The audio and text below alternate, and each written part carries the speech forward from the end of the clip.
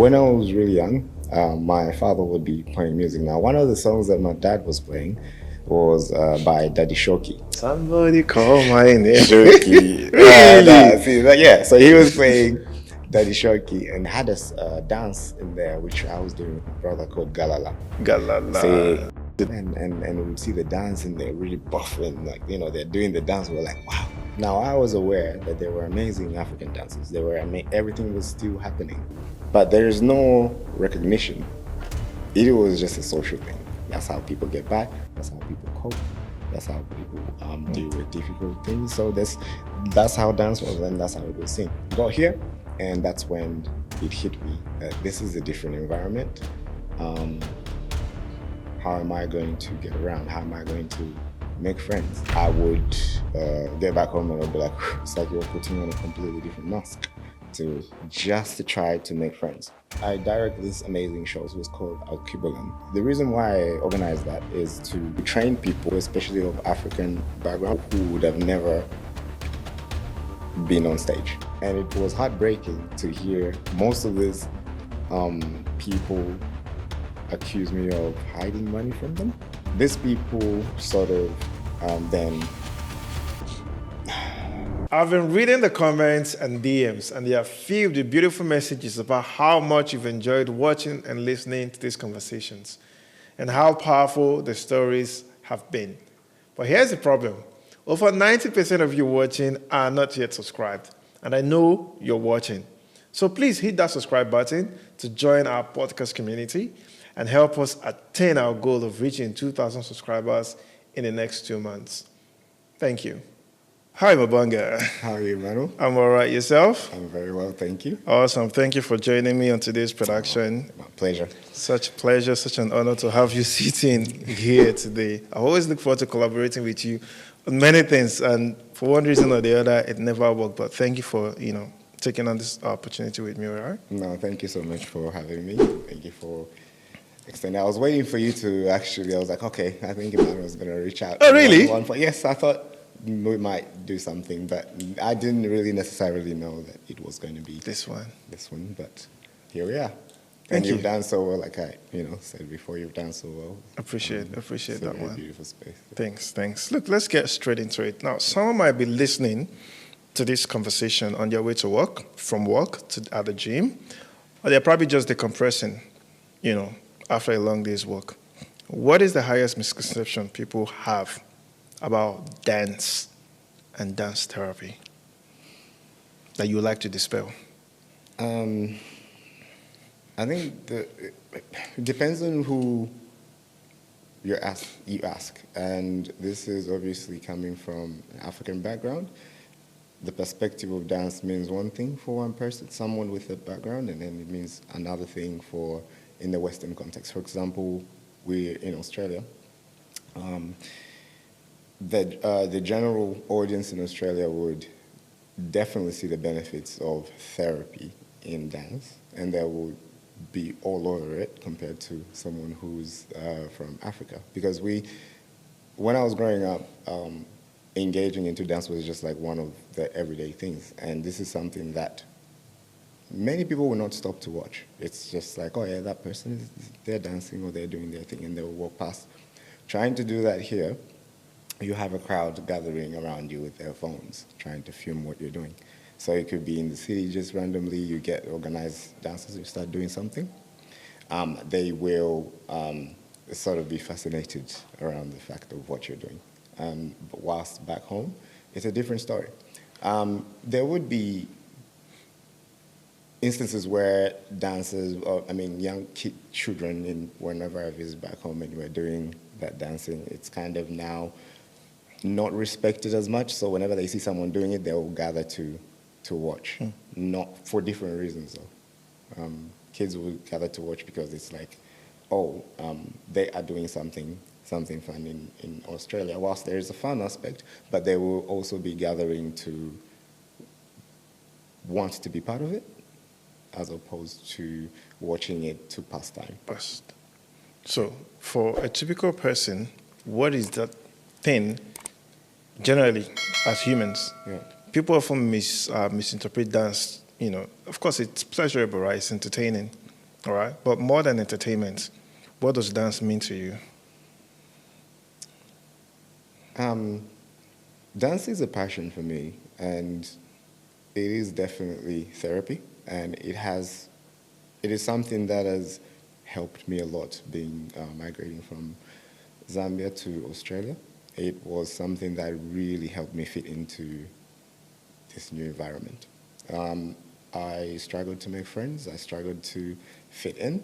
It's a different environment, so of course I did understand that it's going to be very hard. So it was hard to stay authentic to myself, but also make friends who speak differently, act differently, etc. So I had to make a choice. What is it that allows me to be myself? And also, it will be a magnet or sort of an attraction to people wanting to get involved, whilst I will remain in my authentic self and not try to change myself, but still maintain those new connections and new attachments. So it's therapy. Like, it's many things. Many people, when I'm doing dance classes, they don't know that I'm always doing it for me as much as I'm doing it for them. So that's why it's something that has been very consistent. I never get tired of it, and I would never get tired of it. So if I heard very well, dance was for you a language for which you used to communicate. Because Yes. you did say you struggled to make friends, struggled to, fit in and stuff like that. So for you, dance was that channel, the expression you needed to get into this new society, or integrate rather better into this new society you found yourself. Yes, to integrate according to my own rules. Take me back to how all of this started. Obviously, you didn't. You probably started dancing at some point. Yeah. You weren't born a dancer. So take me back to where all of this started, from Zambia, Yes. coming to Australia, and all of other stuff. Yes, myself and my brother Fasi, we would dance a lot. So my father enjoyed vibes. He always loved vibes at home. So he would put in a song, and at the time it's Kofi Olomide. I don't know if you know I know Kofi Olomide. Yes. Yeah. And he would put on a song on the TV, and then he would call me and my brother to come and entertain him. So we would just like dance it off in front of him, and he's cheering and everything. Now, we were really young at the time, and I was dancing, but I was not, it's another story. I didn't feel I was good enough, like, compared to my brother. So my brother was. Is your brother in Perth here? No, he's not in Perth. Okay. He's in Zambia. So he was very, very good at it, very skilled, technical. So I always sort of competed with him, and he was my young brother too. But time went by, and that sort of just fizzled off, because there wasn't any encouragement around those things, just like anything within the cultural context, whether it's soccer or any sport. It's hard to find that encouragement from Your parents. ethnic parents. Yeah. They just think you're wasting time. You need to get to school. You need to be a doctor. You need to be a pilot, etc. Why is this common with all African parents? Yes, That's a it's conversation for another day. the same thing. So that is something that at some point I did sort of leave it behind me and said, okay, let me just focus on what my mother wants, which is to focus on studies and get myself good grades, etc. So I did stop doing it around the age of 10. And when then I came to Australia, so my mother sent me to Australia for studies. So I got here, and that's when it hit me that this is a different environment. How am I going to get around? How am I going to make friends? I didn't put myself to be as cool as, again, even if I thought I was cool, it's a very completely different of coolness that I'm going to find here. So it's something that's not going to be understood. My humor is not going to be understood. The way my slang is not going to be understood, etc. So then you'll be forced then to try to act as an Australian is acting in order to fit in. Yep. So you'll be forced to do that. So I did end up in that situation where I had to learn to code switch and to really put myself out there, which was exhausting. I would get back home and I'd be like, it's like you're putting on a completely different mask to try to make friends. And then obviously time went by. I met some friends from back home and I made some healthy connections, but majority of the people that I know even today, who I see from day to day, it is all came from dancing. It came from that movement that started from the beginning of setting up a little camera and starting to dance at the train station, and the next thing, people are looking and they're asking, and from the train station to the garage, from the garage to a studio, from the studio to just, and it just became. Wow. Now, what opportunities has dance brought your way? So if you look at this journey, dancing, choreographing, street dancing, and other stuff, you've been through all of those. But of course, I do believe it also presented you with a number of opportunities. Yeah. What sort of opportunities have those been? I've been in a position of collaborating with the council, City of Perth. I've been able to host dance workshops. So last week I was part of the City of Lights series at Elizabeth Quay, and this is a very, very big event. They put the floating stage and all this kind of stuff. So it is really something that if I did not persist in my field, that would not have been possible. Now, it is very important how anyone in any business or in any activity that you're doing, how you carry yourself, okay? On a business front or on a everyday interactions with people who you come in contact with.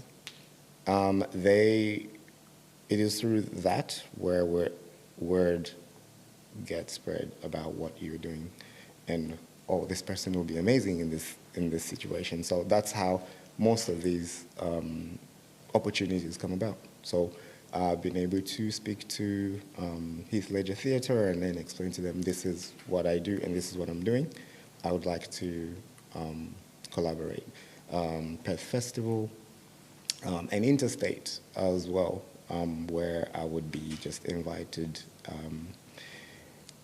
I've been to all the states doing the same thing that I do, all the states within Australia. And I also get, invited to international workshops I've done. I've tried all the places that I've traveled outside of Australia, apart from Zambia, so Singapore, China,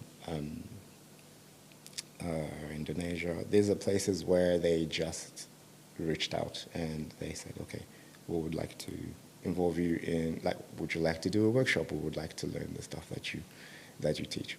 And would I have had interest to travel to those places? Maybe not. I'm a very introvert person. It might not look so, because when I'm dancing, I'm a completely different person. True. But when everything is done, it's time to go home, I'm in a cocoon. I'm by myself and I need that a long time. I am very introverted. If I'm out dancing, I'm noisy, I'm loud, and I'm trying to pull everybody on the dance floor. But once that is over, that's it. So, if I hear you very well, now you've done a lot of trips. Yes. You've been sponsored to travel. Yeah. All of this through dance. Yes. So just by dancing, you've been invited to this many Different places, countries, funded yes. trips and things like that. Yeah. Who would believe in today's world, actually, that you could travel, all expense paid, dancing? A couple of days ago, I think it was last 2 weeks ago, I posted something on my Instagram about, so I went randomly and I searched. Now, this is me, all right? A couple years ago, I went full-time making photos and videos in 2019. All right, back in the day, of course, you wanted to do what you wanted to do, but of course, you're thinking, would this pay my bills? Yeah. And so you went on looking for who's going to hire me, let me do this for you, and then get paid. Yeah. You could practically find no company, no organization, because studios are never hiring. Yeah. But today, if you go online, type in that word content creator, content creation, freelance videographer, you're going to see 100K companies are paying for you to come become their in-house content creator. Yeah. And so I'm saying to people, forget about all of these things we're seeing today, the engineering. Yeah, this job are still going to be there. But if you want to have fun and live your life, I think we need to start looking at this creator economy, because not many of us, especially in Australia, are looking in that space. Yeah. What do you have to say to that?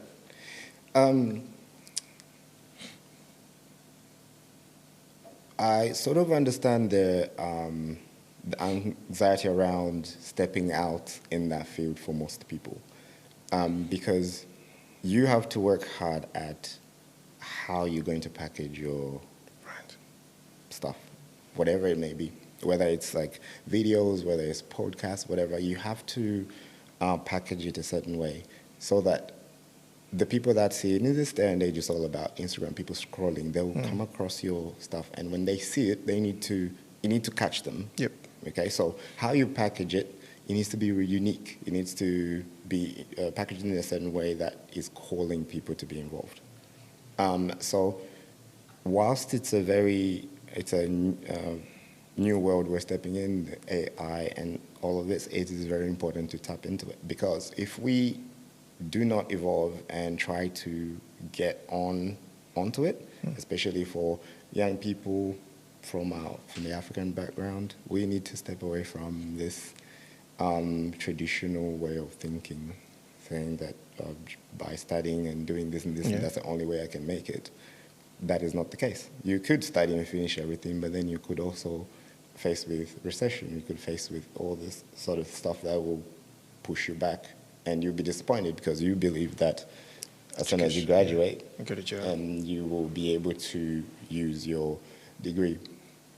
Nothing wrong with studying and having those papers and everything, but it's useless if you cannot use it. Yeah. Interesting. And to be honest, I understand one of the core, I guess personally, one of my core mission is to, as much as possible, try to educate or bring to fore what it is you could do outside of 9 to 5. Yes. So it is possible, it is now possible that you can actually dance and live a good life and travel while dancing. It is possible that you could become a content creator and you make good money. There's a lady I'm trying to bring on the podcast. She's a food creator, Rutendo. Rutendo, if you're watching this, I've been trying to reach you. I've been trying to get her on the podcast, all right? She does food influencing, and she's pretty much doing very well. Yeah. I was watching a lady, it was a podcast I follow on YouTube, and they had this guest on the podcast. She was talking, she's an influencer, pretty much a content creator as well. And she was like, she studied law, or she studied law. Yeah. And her first year of practicing, she was paid about 35, 45 grand. But right around then as well, she was still trying to build her brand, influencer and stuff. Yeah. And the first deal she got, when things, just about that time, was 25 grand. Just one influencer deal, 25 grand. That's like almost your year's salary in one gig. Yeah. So it's a no-brainer. What am I doing here? Yeah, I go create those videos. That's one thing I'm trying to get a lot of people to see. Think differently. We're in this country, Australia, there's a lot of opportunities, a lot of products to be influenced, a lot of brand needing a new set of influencers, people like yourself and myself. Yes. To get into that space and create content. But let me leave that conversation for another day. Yeah. 100%. I agree. And to be honest, for yourself, I was saying this while I was putting on all of this together. You've been one of the few, if not the only, person that I've seen that have consistently done this. Now, I've been here 11 years now. And I know pretty much not everybody, but I know a large number of people that have come into the creative space. Yes. Because I see they're on Instagram, right? Yes. I see everybody. And I know when they come in and how they go out. How they exit, yeah. And they don't last. And it's just about few people that have stayed in that space long enough to reap the rewards, but not just for the rewards as well, because they love this thing and they've been able to evolve, figure out how to keep this thing sustainable. Because at the end of the day, if it's not sustainable, there's no point doing it. You have to go and do something else, Yes. I have another question. It was around Afrobeats. Your classes, I think, are centered around music, obviously. Yes. But Afrobeats has played pretty much like a pivotal role. If you walk me through what has Afrobeat done to dance generally, as well as for yourself as a dancer? Right. So when I was really young, as I mentioned earlier, my father would be playing music. Now, one of the songs that my dad was playing was by Daddy Shoki. Somebody call my name. Shoki. Really? Yeah. So he was playing Daddy Shoki, and there was two songs that they were. It was also playing in Zambia, so it would just randomly come up, and then whenever the song comes up, and then hey, come. So Daddy Shoki, and they had a dance in there which I was doing with my brother called Galala. Galala. See, I know the dance. Of yeah, course. I'm Nigerian. I know the dance. Yes, that's right. So they, we used to that song, and then the other song when come on, I would sing it to my mama. If you see my mama, Hosanna, tell her say Hosanna. That's the word. So that at that time I didn't know much about Fela Kuti. I didn't know. But Daddy Shoki, we all knew Daddy Shoki. Daddy Shoki, this would be 1997, 1998. Yeah. So he would come up and we would see the dance, and they're really buff and they're doing the dance. We were like, wow, this is amazing. So time went by, and now Afrobeats had come on. Now I was aware that there were amazing African dances. Everything was still happening. There was Konto from Nigeria, High Life, and all these styles that bring within the communities, within the suburbs, that people do. But there is no recognition. It was just a social thing. That's how people get by. That's how people cope. That's how people deal with difficult things. So that's how dance was, and that's how it was seen. Now, when I was here, from Ghana, Azonto came through. So two of my friends I know of online, we connect through online. They did a dance challenge on a train for Azonto, and now that just blew the world over. So everybody came across it, and everybody was saying, "Wow, what is this dance? What is this music?" It was by Fuse or Digi. Azonto. I didn't even know it was one that did that song, actually. Yeah, actually, it was Antenna. Do me my antenna. Yeah. Was it Fuse did that song? Yes, Fuse. I didn't know. Fuse did, yeah. Okay. So he did that song, and then there was these two dancers who did the dance to it. Yes, one of the dancers was from Home Bros. There's a crew called Home Bros. They're two brothers. They're amazing. And the other brother did it with another girl, and it just blew over. They did it in the UK though. Yeah. So they are from Nigeria, and they were in the UK at the time. And it just blew over. Now everybody was, oh, what is this? What is this? Afrobeats. And then, so it all blew up with dance. So in Ghana. Now, Nigerians were cooking. They were already doing things. Now, where Ghana went wrong was they did not package it. They were just doing it one by one. This person is doing this. And Nigerians collaborated. They pumped money into it. And then when they released it, the whole world said, the quality, the video, Pana, techno, the video quality is top-notch. The sound, mixing, everything is just, they all moved as one.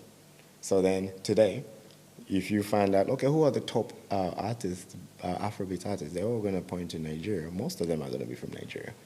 There is amazing artists from Ghana, but in comparison to the ones that are doing great in terms of monetization, in terms of popularity, top 5 is easily from Nigeria. Thames, Davido, Wizkid, Omale, and Burna Boy. So that is how great they did as Nigerian artists. Now,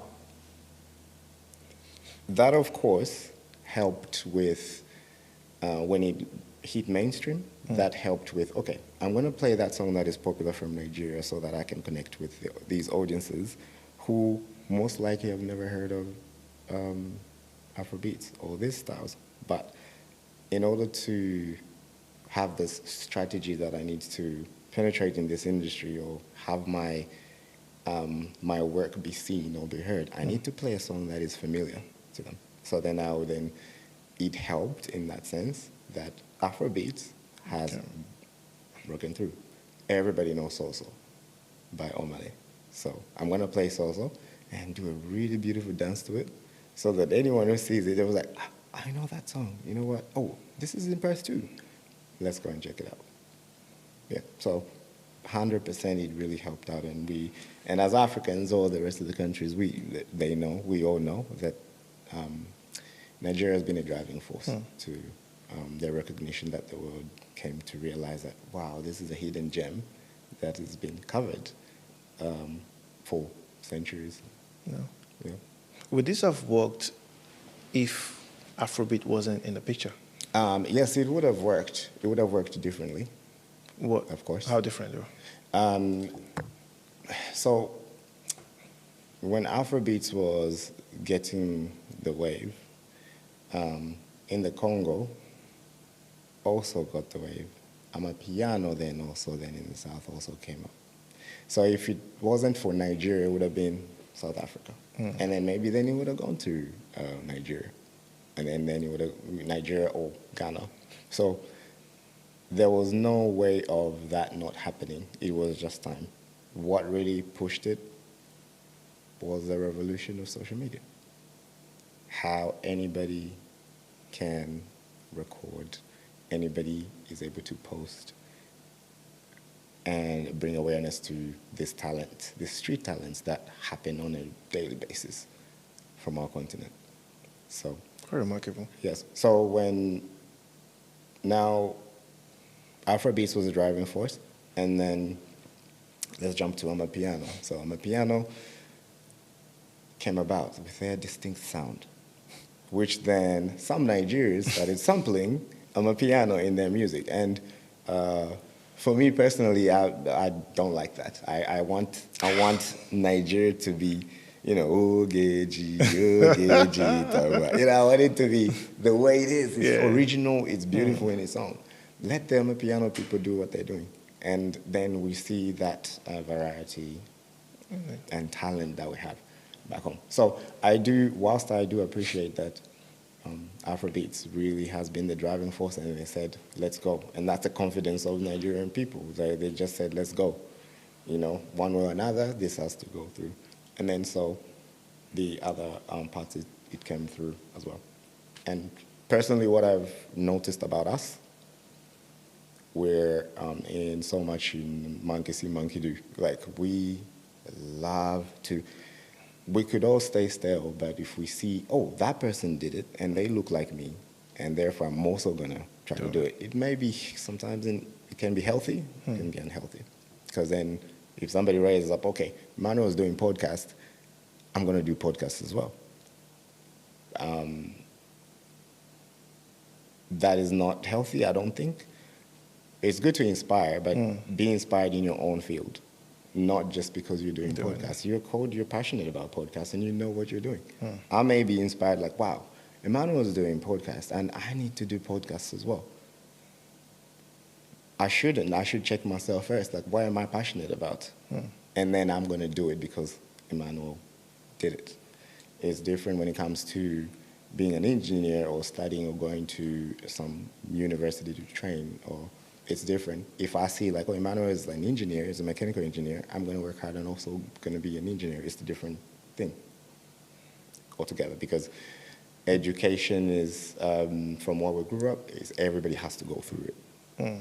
doesn't matter what learning style you still have to be thrown into that bracket where you have to. Okay. Yeah, you have to go to school and become a whatever you need to become. So. I see it differently though. Mm. Yeah.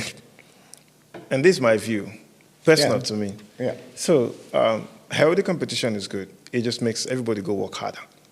Right. All right? You see me do it, you think you can do it better, bro, come, let's play. That's the way I see it. And it's more from a business perspective, okay? Right. I know what C&R would do, the things I do, how it has driven me to want to do better, because I don't want to get off, I don't want to kick me off business, take my customer. So what that then does for me is, oh, this guy is coming into my space. I need to work harder to either keep the customers I have or upgrade my service. Right. Okay? Now, with the Amapiano and Afrobeat thing, this is how I see that, honestly. Nigerians are business people, like you know. Yes. When we get into a space, we'll look at you, you're doing it, we like it, we'll come in for you. Yes. All right? In a healthy way. Yes. All right? So it's either we'll come there, we'll do it better, and sometimes people don't like that. Do you believe you can do better at something someone is naturally born at? Gifts and talents, those are two different things. All right. All right? And some of this you can learn it if you're ready to commit time to it. Talent is you're born with it. Yeah. Gifts, you could argue this guy is a gifted footballer. But these are raw things. If you haven't developed it, all right, it's useless both to you and to the world. We're all born creatives. We're born storytellers. Yes, that's right. All right? I could see a thing and I could tell a story. In my own perspective, from my own lens, I would tell that story. It will be different from the way you see it, but it will still be a story. Now, bringing it back to music and stuff like that, it's a sound. All right? Yes. And sound can be engineered. Music is storytelling. We're all born storytellers. Yes. So I can tell that story and engineer your sound into my music. People don't like that. I say my wife loves South African music a lot. When we got married, she plays, she doesn't know what they're singing, but she plays Connects this. to it, yes. Yeah, she just likes it. And obviously then I also started liking it as well. And I said to her one day, these guys are good. They are good. The music is good. But guess what? They are not for the world because they are speaking Swahili. Or what? No, South Africa doesn't speak Swahili. What do they speak? Zulu, Shona, Swasa, and all the stuff. I don't understand it. I want to jump onto that music, that trend, but I don't know what you're saying, even though it's been captioned and translated. But I want to be able to sing in English. And I'm saying to her, this is different between a Nigerian doing music and a South African doing music. All right? The music is both good. South African's music is good. Nigeria, your music is good. Yes. For Nigeria, when they do a music, they want to make sure the guy in the north can consume their music, the guy in the south can consume their music, the guy in the east. And what is the unifying thing? Is language. And so you would rarely see a Nigerian artist that is single languaged in their music. Right. And so someone like Ashake, he sings a lot of Yoruba rhymes, but also he's got English in there. It's got English, so there's that diversity in the way he approaches. You know, so I see it from a business perspective. So understand where I'm coming from. It's more from a business standpoint than, I don't know if it's cultural, that's the word I'm going to be using, but it's more of a business from a business standpoint. It's these guys, they've got this, it's beautiful. I want this. I can go learn this, and we can all go compete together. And nothing stops you from going over to Nigeria as well and learning Afrobeat. Right. So your take on it is that the issue with, well, your wife, as you mentioned, your wife likes Amapiano, South African music. But not necessarily Amapiano, but she's mainly the gospel side of it. The Dube, is it like the soft, it's not really... I'm trying to find which one is our favorite. Not the Amapiano. Amapiano is very recent. Yeah. So talking about their gospel concerts. Okay. So those South African gospel, live production, this kind of Right, music. okay. Yeah, that's what I'm comparing. Yeah. But yeah, go ahead. All right, so you meant that's what she loved, and your take on it was because they're not really utilizing English, then it's going to be difficult for them to have a breakthrough. Is that did I hear you So correctly? what I'm saying is this. So music is good. Yes. She loves it, though not in English. I want to love it, but I can't sing to it. I can only dance to it. Yes. But I feel like I've been cut out because that music is not in English. Do you need to understand what they're saying in order to dance to it? In many cases, language is the barrier. It is a barrier. It can be a barrier breaker, put it that way. If you come into a place, I mean, well, here in Australia, English, Yes. by Default. being able to speak English, Yes. you can access so many places, so many things. Yes. And same, if I come to Zambia now, being able to speak, what do you speak, sorry? Bemba. Being able to speak Bemba gives me access. Correct. You understand? And the same thing, so for the music as well, I feel being able to listen to that music in a language I understand. So there's this in my place, they say, there's thing I will say in Igbo, you cannot interpret it in English because there's no interpretation for it. This is really interesting. It's interesting what you're saying. For one, Yeah. I'm really involved about the cultural stuff that's happening in the background within our African, intercontinental stuff that's going on. You're not the first person who's actually said that. Another Nigerian friend brought it up the same, like, I'm a piano, actually, it's Yemi. Yemi? I can call his name out because he's a good friend of mine. Yemi was organizing, Yemi and Shola, they were organizing amazing events. Okay, I know Yemi. Yes. What's his last name? I know the person. I know the person you're talking about, yeah. Olasabika. Yeah. Yes, so they were putting on events and they were doing Afrobeats. Now, people were pushing up, like, do Amapiano, why don't you bring Amapiano artists? And Yemi's argument was like, I really don't have, it's hard to connect with Amapiano. See, and for me, who listens to music from all across the continent, I'm failing to understand what he means.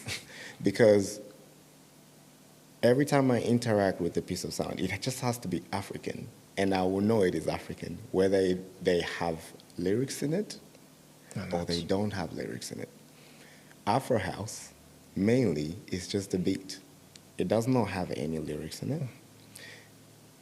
It's just percussion and drums going for it. And then they would have a little bit of a chants in there every now and then, but it will remain as a beat. That, you can be able to connect to it, and you will be able to tell, as in when I say you, as in you, Emmanuel, you'll be able to tell whether this is African or not African. Maybe you might not be able to tell if it's from Angola or from Mozambique, but you'll be able to tell, like, yes, that is African. That is something that is within us, every African. It's within every African. They will be able to tell it's not African, it's from China, or it's from India, or this is our own, this is our sound. That connection, whether I understand or whether or not I am going to. Now, that connection is something that is understood by even people from outside the continent. This is why people are in love with African music, because it can touch them. A Congolese singing in Lingala beautifully. Right now there's a song going viral, which they're putting on top of videos now. It was sampled by an African. It was Ute, Papa, Ute. Yeah. Everybody's using that song, but it was done by an African, and there's an African choir backing it. It sounds so beautiful. I don't know what they're saying, but I love it. Have people from China, people from all over the world can connect, can understand that this is beautiful. They don't know what they're singing to, then they go and search for lyrics. Oh, Gage, I see you're going back to that song. It's a beautiful song. Half of us don't know what they're saying. We have to go and check the lyrics. What are they singing about? But it's a very nice song. The voices, the harmonies, and everything. People are able to connect without knowing what they're saying. I'm a piano. They might not be saying nothing at all. you know, and you're still breaking your back dancing to it, you know. So what I'm trying to say is like there's something about music. I don't stand up to dance if I'm not connecting with the song. You will put as many songs you were trying to pull me on stage, I'm not going to do it because I have to connect to the song. I'm not going to create any dance.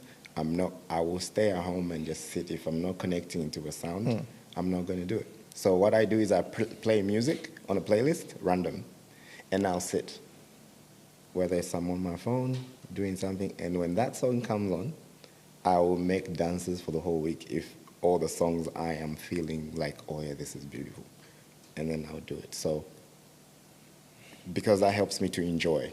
When it's time for me to do class and to teach, I will enjoy doing it rather than me doing it because of money or because like, oh, I have to do it. Yeah. Interesting. Interesting. I would like us to move forward, but I just have one take in there. Absolutely. Could it be because you are a dancer and the way you connect to this music might be quite different from me, a non-dancer? Because, hey, I might want to listen to what they're saying. I want to know what they're saying. Yeah. All right? Yes. I'm not a dancer. I'm not going to come, break dance and, rhyme to the moves of the beats and that. I won't do that. I will just listen, top feet, or that's the best I could do. Yeah. Whereas for you, it's more than the lyrics. You're not listening for the lyrics. You're listening to get the beats, the rhythm, and connect with it. Could that be the case? So I'll answer your question after this. Now, are you saying that you do not connect with any sound, any music, if you don't understand what they're saying? So you don't appreciate the music? No, appreciation is different thing. The music is good regardless of the lyrics. Okay. But I personally, to connect better, I want to know what they are saying, so I don't be cussing myself in. No, absolutely. I understand that. I think. That's. Yes. I just wanted to know what they're saying. Yeah. And it would help me sing along as well. Okay, so, well, there's Google. You can understand now. There's lyrics you can check, so you don't have any excuse not to like different styles of music. After this, I'll send you some links to some nice music and stuff. But I don't just dance every time to every music that I'm listening to. I do sit down to appreciate music playing, like just, without me trying to dance to it. I know you would imagine like, Mubanga is, any song he's listening to is dancing. No, that's not the case. I do appreciate, I would be listening to songs and like the melodies and just appreciating that Africanness that we have through music. Yeah. Beautiful. Moving on. Yes. Walk me through the process. You've just said something, briefly about how you formulate dance moves and things like that. So if you were to create, in my head anyway, I keep thinking, today I see a different dance. How do you memorize these dances? How do you come up with, like, is there a formula? Like, how do you go left, you go right? So walk me through your creative process. If you pick up a song, or, you listen to a song playlist, you highlight a song that you think you can create a move for. Are those moves original or you copy from somewhere? Walk me through your creative process from listening to execution. So when you say original, you mean like I created Did you create it or you copied those dance from watching someone else do it? Okay. So this is how it works whether it's dancehall. Dancehall is a Jamaican style of dancing. And obviously we've got Afro dances. So Afro dances is just a term that describes all dances that are from the continent of Africa. Okay. Yeah. So these are communities. These are creators. Okay. I'm a creator of dances. There are other people, other creatives who create dances. So there's, for example, like artist releases a song, and that artist releases a song. A dancer makes the dance, creates a dance, or sometimes it works vice versa. A dancer makes a dance and the artist sees and then creates a song. Like, for example, Skelew, you would know that. Yeah. And, or Guara Guara, for example. Artists will say, look, that's a beautiful dance, and it's called Guara Guara, and they make a song about it. Now, these dances are created by people from the streets, okay?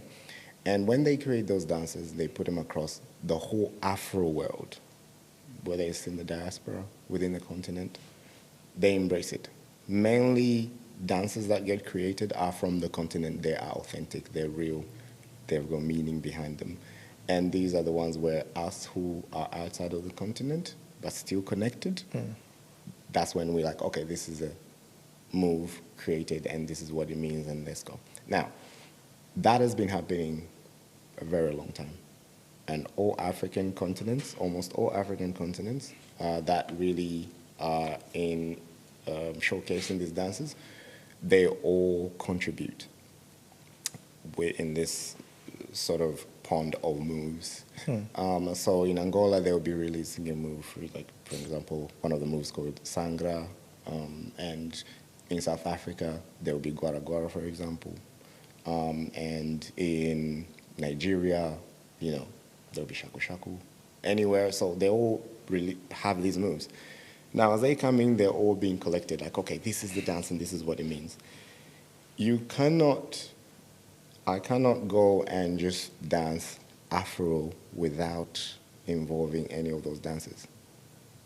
Dancers or dances? Dances. Okay, yeah. The dances that are being released by these street dancers from the continent. That doesn't mean I shouldn't be creative. I should be creative. I should be able to know how to merge them together, and I should be able to do my own thing here and there, but then also have a move that is recognizable internationally by everyone, that is a dance move from Congo, and it's called Ankalebo, you know?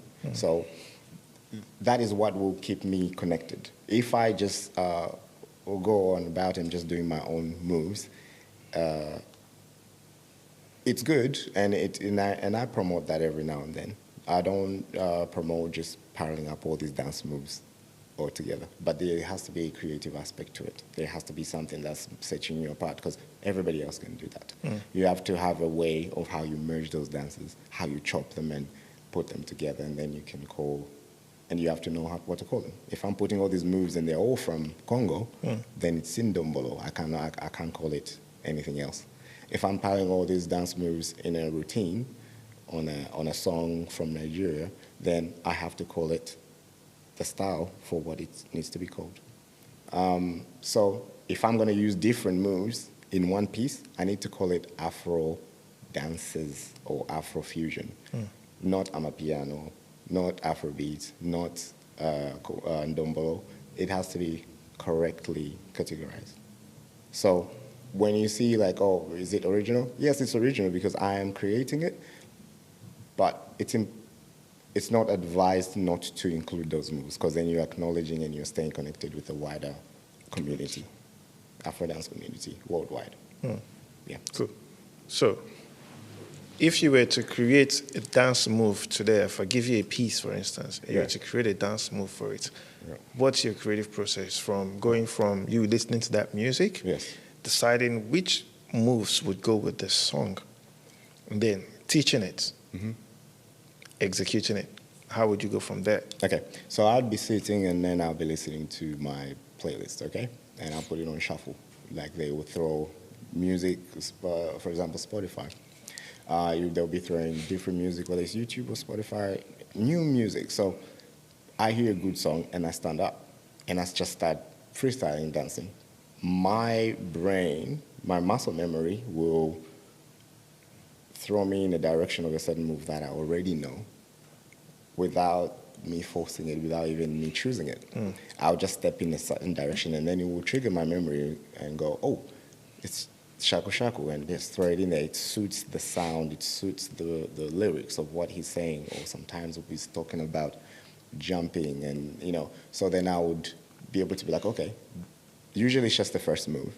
If I find the first move, everything else will just like pile down. So that will get me to stand up and start going, okay, I'll dance to this first move and see how my body, where my body's facing. When I finish that first part, where my body's facing, where my hands are, where my head is, that will determine the next transitional move, because it needs to be smooth. according to where I'm facing in order to add the other move, because that's what creates an enjoyable dance for people. It shouldn't be very difficult to transition from one move to the next. It needs to be very smooth, and it makes it feel natural to the body. And that's how, so on and so forth until the piece is finished. And usually, it's not any more than 1 minute. Hello? Yeah. How do you mean? To It's create a not dance move? the routine. No, the whole routine. 1 minute. It's just 1 minute. Like, I don't go anywhere beyond that. That's good enough for... Hold on. So you create all these dance moves, I see you dance in 1 minute. No. Hold on. You're missing it. No. Let's get it right. Okay. I make those dances within 30 minutes, within half an hour, right? Yeah. But it's only 1 minute. So it's not 5. Could have bike it. That's okay. So I create all those dances in 1 minute. No, I'm mixing it. So I would make the whole routine. Let me use that word. So what's a routine? A routine is a full playlist of a song? No. One song? No. Routine is a sequence of moves put together to create choreography. Okay. For example. Yeah. And that could be put together, created, depending on the sophistication. For my beginner class, that would be 10 minutes, 15 minutes, I'll finish it. But it all sums up to 1 minute. When I'm teaching it, it would take an hour to teach that 1 minute to everybody else. And then when I put on a video on Instagram, for example, I would just show that 1 minute, and people were happy dancing it. Well, they had to go through a whole hour to learn that 1 minute, that finished product that you see on Instagram. So that's how it works. So I created within 15 to 30 minutes. I put it together, 1 minute. I go in the class on Friday night and I teach it. It takes about an hour for everybody to get on board with it, and we dance it for the last 15 minutes. Can moves be IP'd? So are they original? Can we trace any move, this dance move, to an individual? And if yes, can we then say this is his dance, just like we say this is his music, and you cannot copy it? Which means, so let's put what I'm trying to say is music. Is it it's my music. Is it copyrighted? Yeah. Okay. Very good question. Copyright has worked so well with Afrobeats, with that music in general, African music. And just within the last 15 years, I think, now artists have jumped on we can copyright this, because Spotify now, lots of artists realize you can get paid from it, okay? So this copyright thing has been very beautifully, because of course they deserve to be paid and they deserve all the money for it. Dancing that's where we are losing when it comes to dancing. Because yes, whilst we are respectful, it's just a respectful thing to acknowledge who created it. We know that. I'm very aware, and I make sure that what I'm teaching, I know where it comes from and I know who created it. But that's just as far as it goes. So people get paid with recognition. What is that? Recognition is the person who created Shaku Shaku, for example, lives in the slum somewhere in Soweto in South Africa, for example. And how they created it on the streets, just doing it. Now it makes its way here. Now, mind you, Guaragora made it into Fortnite. A game which is played worldwide. It's a $1 million, franchise, and it made its way into the game. Do they know who created it? No. Most likely not. They don't. And if he had copyrighted it, they would have known not to touch it. If they want to touch it, they need to pay. And most likely they would have to pay. Now, who set up these guidelines? It wasn't us. It wasn't the Africans. It was set up by the people who create these big platforms. We just jump on platforms. They're not our own. So we have to go by the rules in which they've set. Yeah, is set.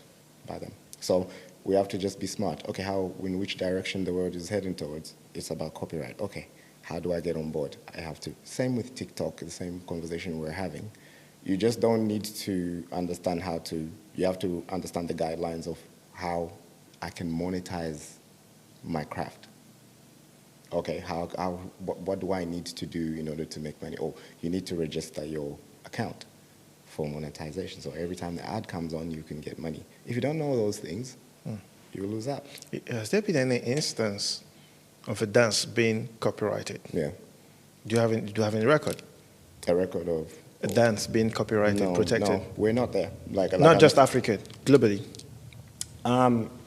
No, different styles. I'd say in the salsa community, it's structured. They do have a hierarchy where they maintain certain things. They do have issues as well, just as we do have issues around people getting it and changing it and then calling it something else, and therefore it's losing that trace. They do have those issues, but they're much more structured and organized, whether they can be able to identify the originality of the style. For example, ballet, it cannot be altered. You cannot alter it, and everybody knows it. They're very strict, and it's come from generations after generation. You have to stick to tippy-toeing and wearing certain type of attire. Like at that level, if the African dances were packaged in that way and structured in that way, then a lot of people would benefit. What are the people? I don't know who created ballet. Obviously, it is a dance. What benefit would that give us if we had a structure for our dances? That means the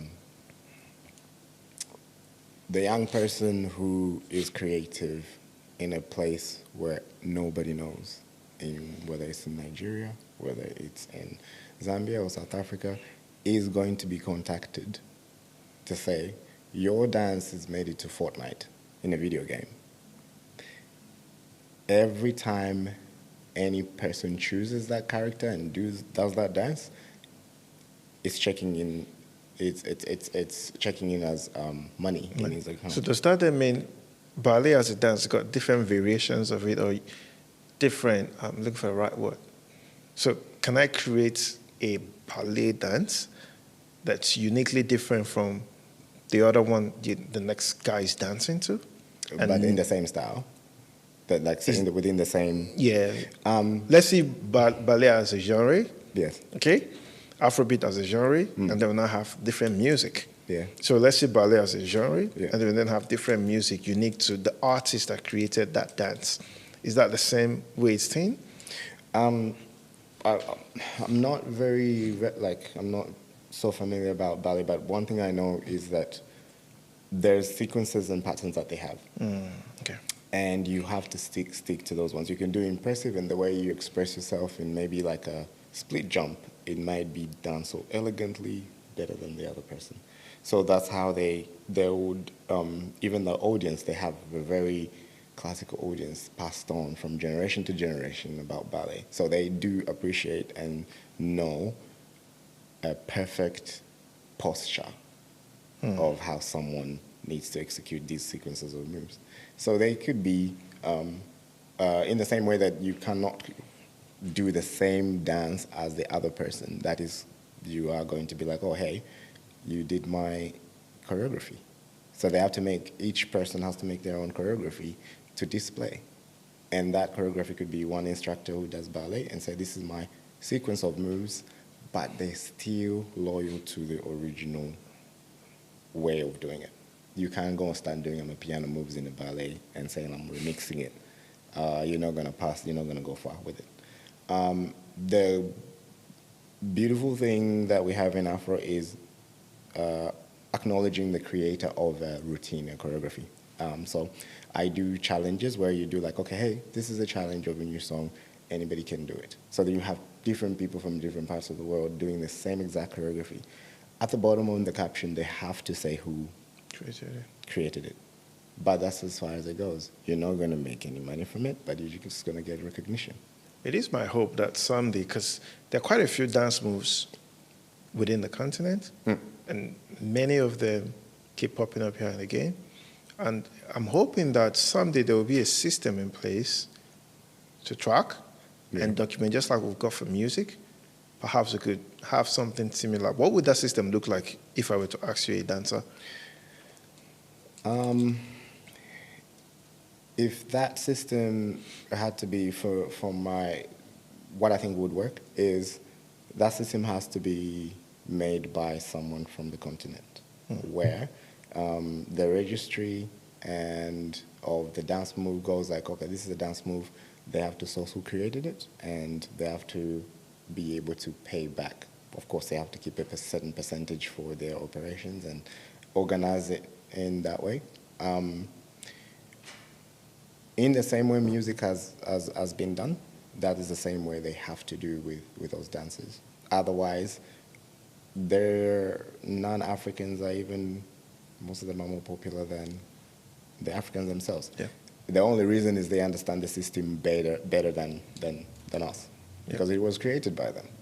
So for a content creator who's from, for example, Australia or America or Canada, they understand the systems because the system of monetization is a language, it's their language. Yeah. So in order for that to come to a young person who is just as creative, but is in the continent of Africa, they can't even speak English, in order for them to jump on board of monetization and creating an account and all that kind of stuff it's going to take them quite a long time. By the time they know how to do it, they're older and they're unable to do that. So it may need to be created by an African who understands how the African way and how we do things and how we think. Otherwise, we have to educate our young people on just how to actually jump on this bandwagon of how things are done. Beautiful. Yeah. For many creatives, one of the hardest things to do is to monetize their crafts. Yeah. My question to you, when did you realize dance could self-fund, could fund itself? Could fund itself, yeah. And how did you go about that process? So you're dancing, streets at home, streets as a way of expression, but somewhere along the line, you come to realize, look, I could pay my bills dancing. When did that happen? And how did you go, did you approach it? It took me a while to see it that way, even though now I started with, as I said, it was my own survival. The reason why I started it was just for me to survive, to make friends, to relate with other people without changing myself. So then that came in, the social aspect. I had, I stopped doing anything. I wasn't doing that much sports. My sports was dance. So then I would have people come in the space and we interact. I was like, oh, hey, what's your name? And then I would make friends through that. But then I would still go to work. I would have another job that I'm working at, that I was working. And that never stopped. No matter how busy I got, no matter how much money was coming in or how much money comes in with the dancing, I always prioritize work and then have dance as a separate thing. So the money that was coming in was not taken serious.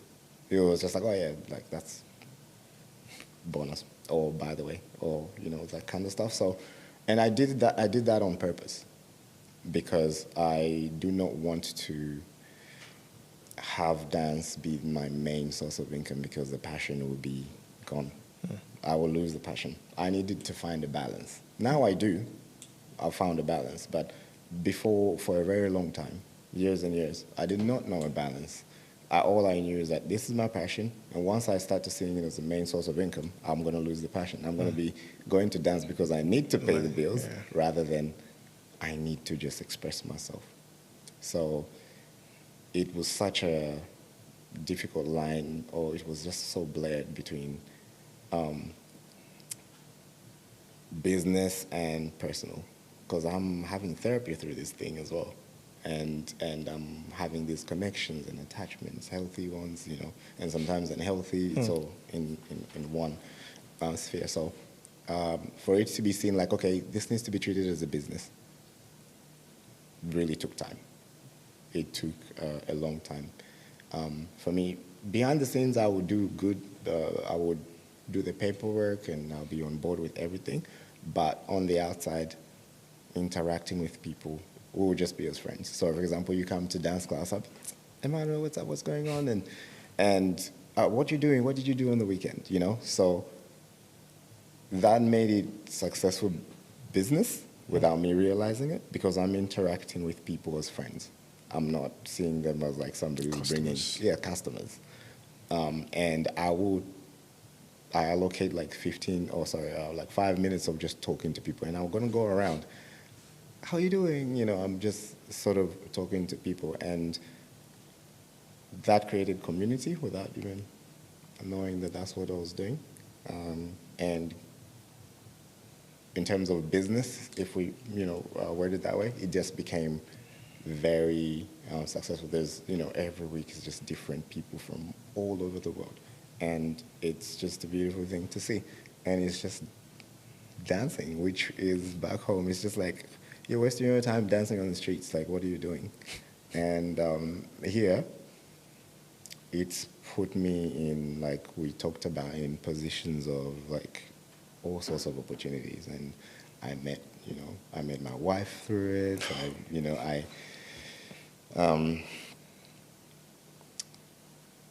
Made good people I've met, gotten married through meeting through these dances, like these dance classes and whatnot. So it's been such a blessing. Yeah. So there's something I'm looking to hear, or that I'd like to bring to forth for my audiences. Like I said, creatives, it's hard to monetize. In fact, it's harder to believe that you can monetize this, because sometimes you're just doing it. You don't even know. Yes. Till you realize, okay, or maybe at some point it's like, I'm giving so much time to this. I'm stressing myself out to pay my bills. How do I figure out how this would pay me? For you, I wanted to understand, when did that change for you? So when did you come to that point where, okay, I need this to become my main source of income? How did I put together a system? How did you rather put together a system to help you collect money from friends that have become customers, in quotes? And of course, for them as well, it's often hard to get friends to pay you, like we know. Yeah. But then for them to see it as a business, because it's dance. Some people just like, oh, let's just dance together. But for you now, it's no longer just dancing. This is now a business. Just like photography for me, I could take photos all day without worrying about cash. Now, I've put together a system that helps me get my money from my customers without them negotiating unreasonably with me. So I send you message me on Instagram or whatever, oh, I want to do photo shoots. Oh, cool, what date are you after? Okay, here's the link. Yeah. Find a date that's available. Find a time. Book. You see the description, pro description, book, pay. You will see it on my calendar. Once you do that payment, you come here. So that's, how did you get to that point where you're like, okay, I need to put these things in place to ensure it? Yeah. It was just within the last 2 years. And it was when I realized how there's this blurred lines between like friendship and whether I'm delivering this service, how I relate with these same people that are customers at the same time, friends.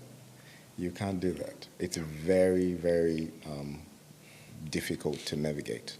Then you don't have a line of respect. Where are the boundaries? Like you don't have clear boundaries for people. So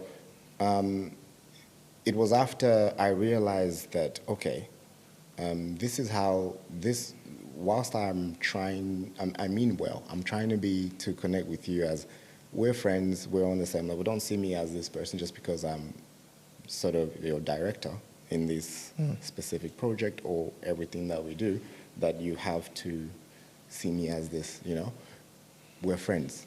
But then, because of that, the other parties will find it difficult to understand boundaries. Like, I can't talk like this to Mubanga, or I need to understand the position he's in. So, for example, that became like, okay, this is the outfits that we were wearing.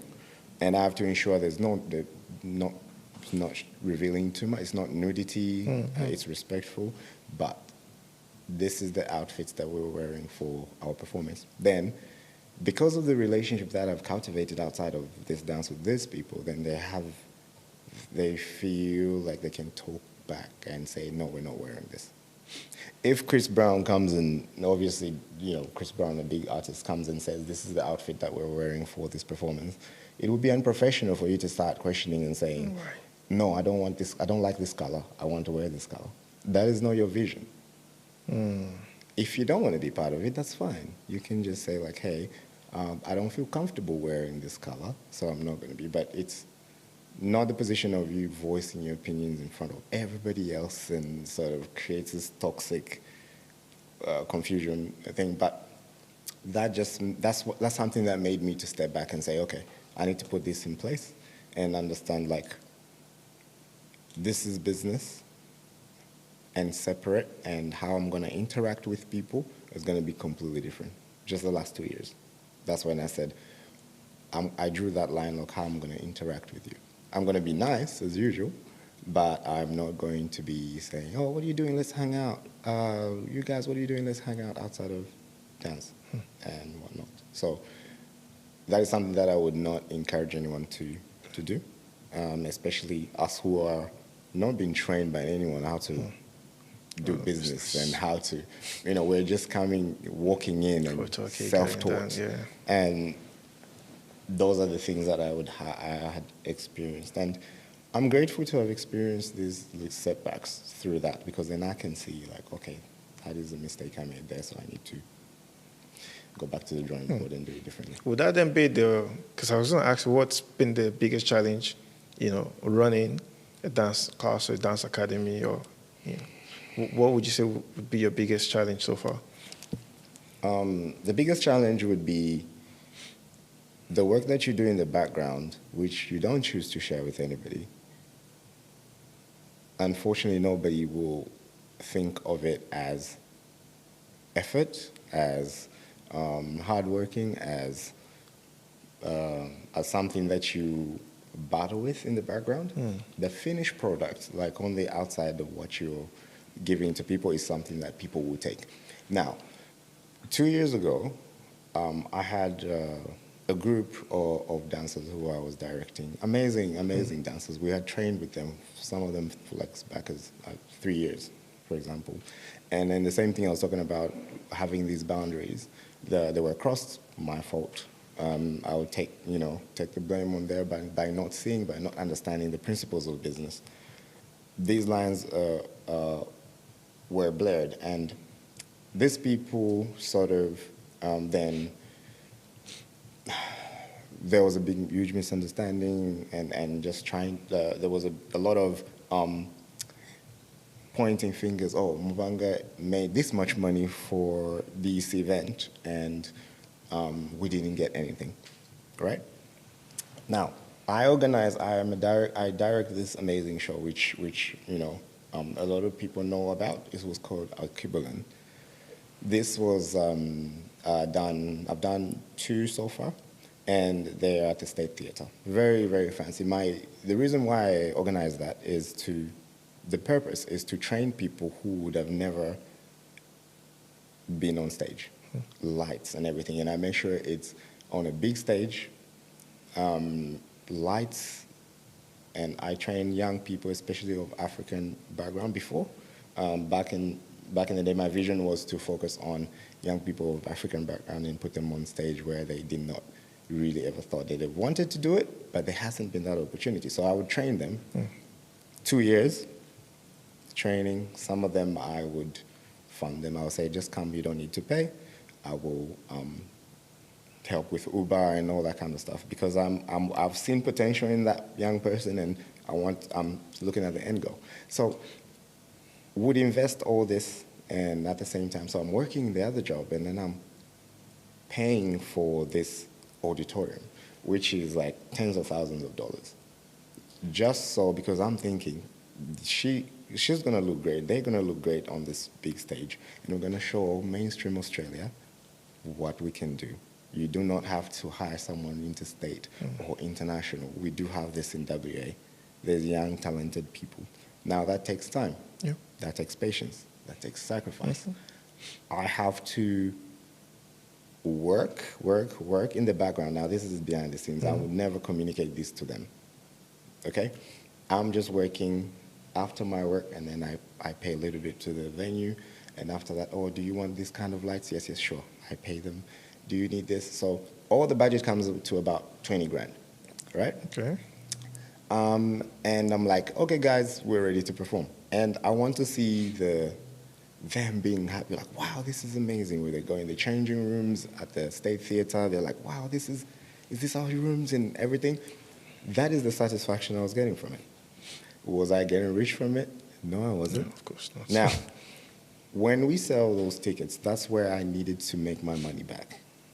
My 20 grand that I sacrificed and not getting my son what he needs to get, not being at home with my family, and not being able to, even having short days with the principal at the school when I was working, I was just like, look, I would explain to them, this is a project that I'm doing, can I leave early? And they'd be like, okay, yes, cool, you can go. And there's videos on Instagram where I even said on the mic at the end of the show, the principal was sitting in the auditorium. I said, Principal, thank you so much for letting me leave early for work. And everybody laughed. But these are the sacrifices that people did not see. And it was heartbreaking to hear most of these people accuse me of hiding money from them and not being able to pay them for their work. And majority of them were coming to classes for free. I was training them for free. And I paid for the auditorium with my own money. And to not see that as a sacrifice, or not at least acknowledge that, hey, thank you for the sacrifices that you made. So it was something that I never even spoke. I didn't say anything to anyone. That I was a bit heartbroken by that. But that was like, okay, you didn't do this, you didn't do that. But I didn't have to show my checks like this is how much I spent. I just said, okay, well, yeah. Well, listen, so that story is quite an interesting one, and I'll tell you why it is. And I do think for us as Africans and as migrants here, oftentimes many of us go into business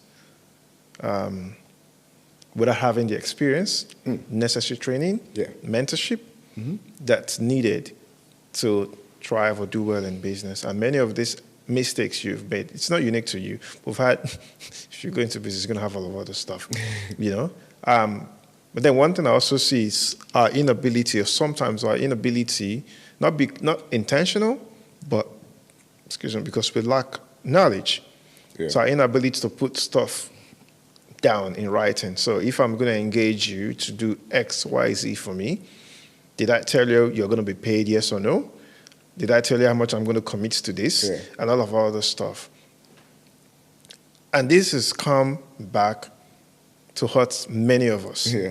And then you start regretting, what did I do wrong? How did I even do wrong? Yeah, that's true. But then you then realize, for many of us, we didn't grow up doing business with a friend, right? We don't need to write, we just have gentleman's agreement. Yeah. Very dangerous thing. Very dangerous. What lessons have you learned from that, though? It's funny you said that, because whilst I was explaining what I was saying, you probably were thinking, yep, that is what you needed to do. So we have to get away from this idea that this is my friend, I can't get them to sign a contract. Why should I? This is my friend. And the friend needs to understand that it's not personal. They're not thinking you're not as close to them as you are when you're talking on WhatsApp through the same deal. It is very important, like extremely important, to actually say, hey, I want to collaborate with you, Emmanuel. But these are the items we need to cover. I need you to sign here, and I need you to sign here. I shouldn't, if you say that to me, I shouldn't think that you think I'm going to steal from you. Like, you don't trust me. I shouldn't think that way. I should be like, smart man, actually, yes, I'm going to sign here, because then you're going to hold the end of the bargain, and I should be able to be very respectful of that as well. I recorded when I was doing my same project, huge project. So we had horses, and and we're depicting like a story back in the plantation slave trade. So I had one of the older guy, Australian guy, to be on a horse as a slave guy, with a thing. And so it played out so well, everything worked out well. And now in the editing process, he wasn't happy about an issue he had with another person within the crew. And so I sort of listened to their issue, and I sided with the other person. And then so he got upset, and he said, I don't want you to use any of the horses clip where I was. Now, mind you, this is just a few weeks before the show, and I need these clips to be in there. But then I realized I did not sign anything with him. We did not do any contract. I just said, do you want to do this? And he said, yes. And there he was. Now, he says, I do not consent to be in there. I don't want you to put my clips in there. And then I went, oh my goodness, what am I going to do? This show is about to air. And then that's where I learned as well, okay, I think this is the way to go. We need to put things on paper. Because if I did put it on paper, I would say, I'm going to do it. Yeah, because you already signed it. So I didn't end up using the clips. We just had to use the creative way by showing his back and not his face, where you cannot argue that it's him or not. So you had to work around it. But that was a lesson learned. What do you think is the most, or one of the most, if not the most, underrated opportunity for creatives here in Australia? The actual idea of making money from your creativity. I think most of us, again, it's education. Most of us are not aware. There's not that person who can stand and tell them, this is what you can generate from. I mean, look, there's just a person just doing this and ended up making millions. Billions, is a millionaire. So being creative is something that you can do in your bedroom. You can do anywhere. A streamer, who thought a streamer could be someone who could be touring the whole world? That's just streaming.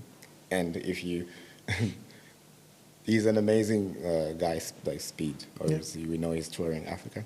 But if you watch his streams, he's screaming. He's famous for those impulsive movements and just very high energy. Yes, sporadic, high energy. And that is all he did. He does. Very fit, athletic. Those are sort of things that he adds into his nature of streaming. And he's very popular. Now we need to educate. There needs to be someone, whether if it's hard for us to connect to an Australian who speaks a certain way, to understand that we can also have a breakthrough, maybe we should seek out people who look like us, who's going to stand and be able to say, this and this and this can be done, we can do it. But one way or another, there needs to be that kind of a boost, because this idea of making money only through academic, so you're going to uni, you're going to school, the world is changing very fast, and that is not the only way. You can be able, a YouTuber, you can be able to make more money than you studying for 7 years to be, I don't know. Whatever. Doctor, nurse, engineer. Yes, exactly. You know how hurtful it is. You've studied for so many years, and then a YouTuber just comes and is making 10 times the figure that you were making a year. You were making a year. And what are you going to say to them? Oh, you're uneducated, you're this. You're not going to say that. Because they're able to buy the fanciest, they're able to feed their family, able to have a sustainable future for the next generation of their offspring, whatever. So what moment do people not see? Either a class that didn't sell, we're talking about the failure moment now. What are the moments that you think people do not see? So it could be that either be a class that didn't sell, a season you questioned yourself. Yeah. And what did that moment teach you? My approach in regards to failure or setbacks or any glitch in the process is to when something happens where I feel like it wasn't successful, and for example, I'm currently doing a class called Bongo Groove. Okay, it's a very new class, and we're utilizing steps. I've never been into the fitness aspect of things, but that's what I'm doing. It's been very, very slow, and sometimes I would rock up and have 2 or 3 people there. But I do have to go back home and say, okay, what could we utilize? How could we do it? Consistency definitely needs to be there. There's no question to it. I need to have that consistency. But I would question myself, like, okay, what? The questioning is not whether I'm capable of doing it. The questions are, what's causing this glitch? Because on the other hand, on the different days during the same week, I have like 50 people who are flooding the room trying to attend the same classes. So I'm the same person. And then come Saturday and I'm trying to do the same thing and I'm really selling it, it's not there. So the difference there is it's just hasn't been sold. It has not consistent long enough to be consistent to be there. It's not there it hasn't been packaged for them to see what it is. It's the unknown. It's the most difficult thing here in Australia. If people don't know what it is, they're not going to come. If they do not know, it's new, it's just unfamiliar, they're not going to do it. Unless consistency, now consistency is patience, you need to be patient. You have to put it in their face and be like, and show confidence within yourself, like I know what I'm doing. And the funny thing, you have to show that I'm okay without you being here. Okay, it would happen without you. Yes. You have to be like, look, I'm going to have fun regardless of whether you come or not.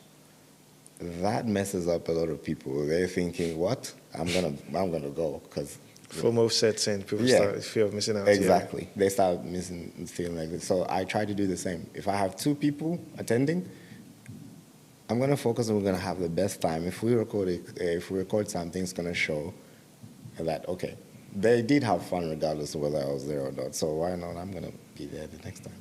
Thanks so much, Mubanga, for joining me on the Becoming a CEO podcast. No problem. Pleasure. Thank you so much for having me, Manuel. Awesome. Hope you had as much fun as I did myself. Yes. Always not enough time with these kind of things. I know. But we'll definitely come back for more questions. Absolutely. I'll certainly need to have you back at some point. Yes. We'll talk about that. Yeah, no problem. And not questions, sorry. Conversation.